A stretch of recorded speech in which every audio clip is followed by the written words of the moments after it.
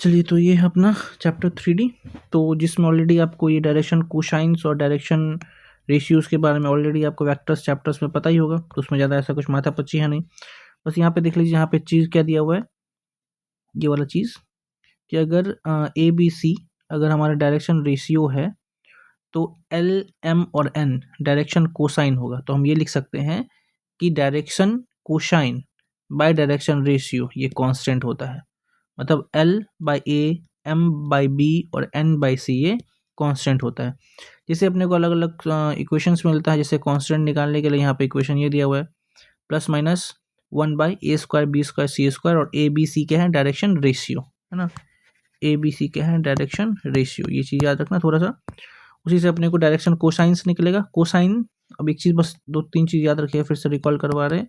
Cosine मतलब cos theta वाला, cos theta वाला कॉस वो छोड़िए, वो ऐसे बन रहा है। तो अगर आपको 3 अलग अलग निकालने हो क्या डायरेक्शन कोसाइंस, तो एक डायरेक्शन कोसाइन एल के लिए ऊपर में ए बाकी सब नीचे, एम के लिए बी ऊपर बाकी सब नीचे और एन के लिए सी ऊपर में बाकी सब नीचे। अब प्लस माइनस लगता है 16 अलग, इसको याद रखिएगा। थोड़ा सा हल्का सा ये बेसिक हो गया, कभी कभी मल्टीपल चॉइस से पूछ देते हैं। बाकी इस चैप्टर में फिगर्स बहुत है ना, तो उसको आपको याद रखना है। तो यहाँ पे बोल रहा है कि अगर कोई लाइन है नॉर्मली ऐसे जिसमें 2 पॉइंट्स है, एक है P और एक है Q। P के कोऑर्डिनेट्स क्या है x1 y1 z1, क्योंकि 3 डायमेंशनल है तो 3 कोऑर्डिनेट्स होंगे। और Q का क्या होगा x2 y2 z2। उस केस में जो अपना डायरेक्शन रेशियोज होगा ना, सॉरी डायरेक्शन कोसाइंस होगा, वो ये होगा, इसको याद रखिएगा। ये 3 चीज़ यहाँ पे बने हुए हैं आराम से। और जो PQ होगा उसका लेंथ क्या होगा तो अपने को ऑलरेडी पता है, कोई माथापच्ची नहीं इसमें।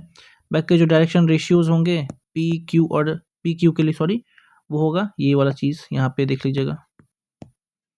तो इसमें ज़्यादा ऐसा कुछ माथापच्ची नहीं, एग्जाम्पल्स दिए, एग्जाम्पल्स देख लीजिए।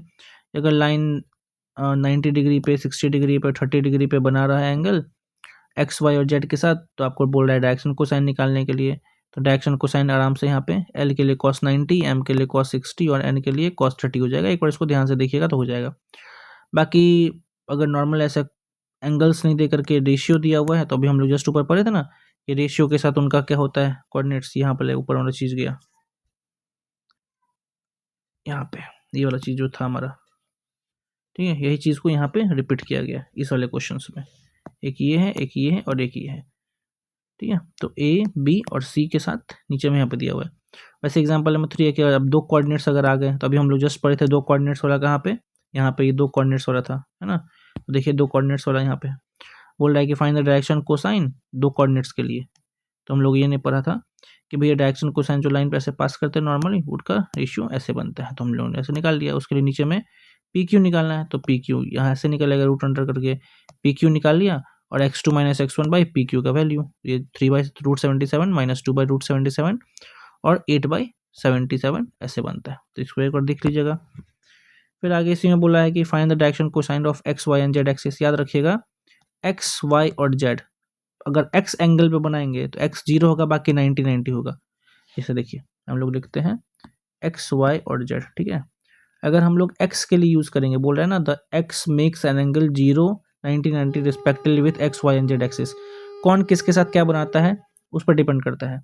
तो ये बनाएगा 0, 90, 90, फिर 90, 0, 90 और 90, 90, 0, 3 बार अलग अलग लेंगे, तो बस वही चीज़ यहाँ पे देखिए।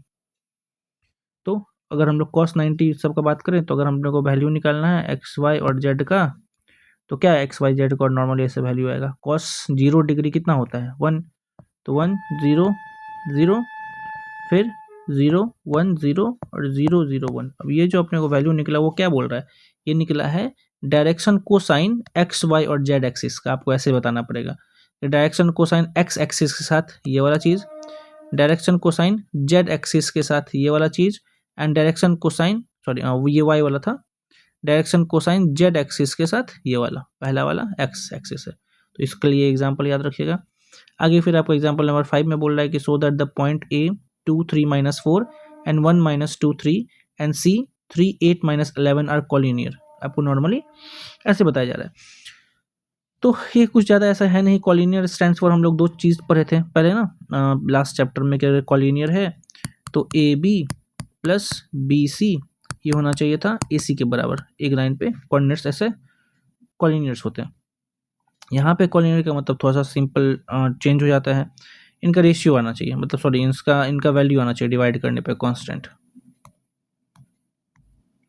डायरेक्शन रेशियो ए बी का डायरेक्शन रेशियो निकाल लिया, बी सी का डायरेक्शन रेशियो निकाल लिया और इनको हमने बाई कर दिया। फॉर एग्जांपल -1/2 ये इक्वल होने चाहिए -5/10 के, और ये इक्वल होने चाहिए 7/-14 के।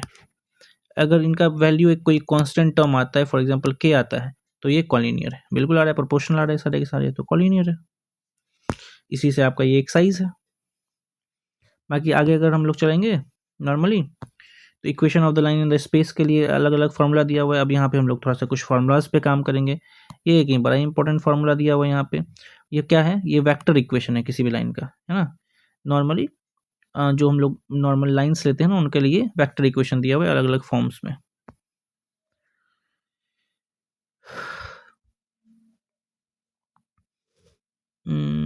बहुत ईजी एग्जाम्स के लिए बता रहे हैं, तो ज़्यादा हम जैसा डिटेल में जाएंगे नहीं। बाकी आप देख लीजिए यहाँ पे। तो normal if L, M and N are the direction cosines, L, M and N are the direction cosines of the line, the equation of the line, अगर हमारे पास डायरेक्शन कोसाइन होंगे तो लाइन का इक्वेशन कैसा होगा? ये वाला चीज़ उसी पर जस्ट नीचे में एग्जांपल दे दिया हुआ है कि find the vector and the Cartesian equation of the line through the points. Basically examples करते तो ज़्यादा समझ में आएगा, है ना, कि वेक्टर और कार्टेशियन आपको इक्वेशन निकालना है दो पॉइंट्स का, है ना। बेसिकली एक पॉइंट यहाँ पे है जो कि पैरेलल है दूसरे वेक्टर से, जो कि ये है। तो अपना ए ये हो गया, बी ये हो गया। हमने क्या किया, सबको आई जे के फॉर्म में चेंज कर लिया। दूसरा यहाँ पे देखिए फॉर्मूला जो होता है हमारा वो ये वाला होता है,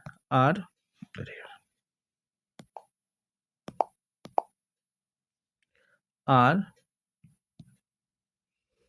equals to A plus lambda B, ये चीज़ होता है। तो देखिए R equals to A plus lambda B, इस फॉर्म में हो गया हमारा इक्वेशन, ठीक है। अब बोल रहा है कि R vector is a position vector of any point P Y Z.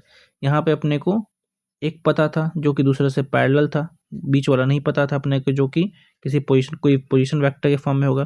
तो अपने को तो बस वह करना था, एक्स वाई और जेड को हमने लिया और इसको हमने ऐसे लिख दिया। तो अपने को पता है कि आई के साथ जुड़ेगा, जे के साथ जुड़ेगा और के साथ जुड़ेगा, और सब इस वाले के साथ लेमडा मल्टीप्लाई हो जाएगा। तो इक्वेशन क्या बना? 5 3 लेमडा एक साथ आई के साथ, फिर 2 यह वाला वाई वाला, सॉरी ये जे वाला, और प्लस लेमडा, और -4 -8 के वाला लेमडा के साथ यहाँ पे आ गया। हमने इसको इकट्ठे लिख दिया। अब अपने को पता था कि किस फॉर्म में होगा, इस फॉर्म में। तो यहाँ पे इस x के जगह पे ये x ही रहेगा, यहाँ पे x1 के जगह पे ये वाला हमारा x1 हो गया, और नीचे l के जगह पे जो लेमडा के साथ है वो लेमडा हो गया। सिंपल सा फॉर्म है। जैसे अगर हम लोग इसको लिखेंगे तो यहाँ से x के जगह पे x लिया, ठीक है।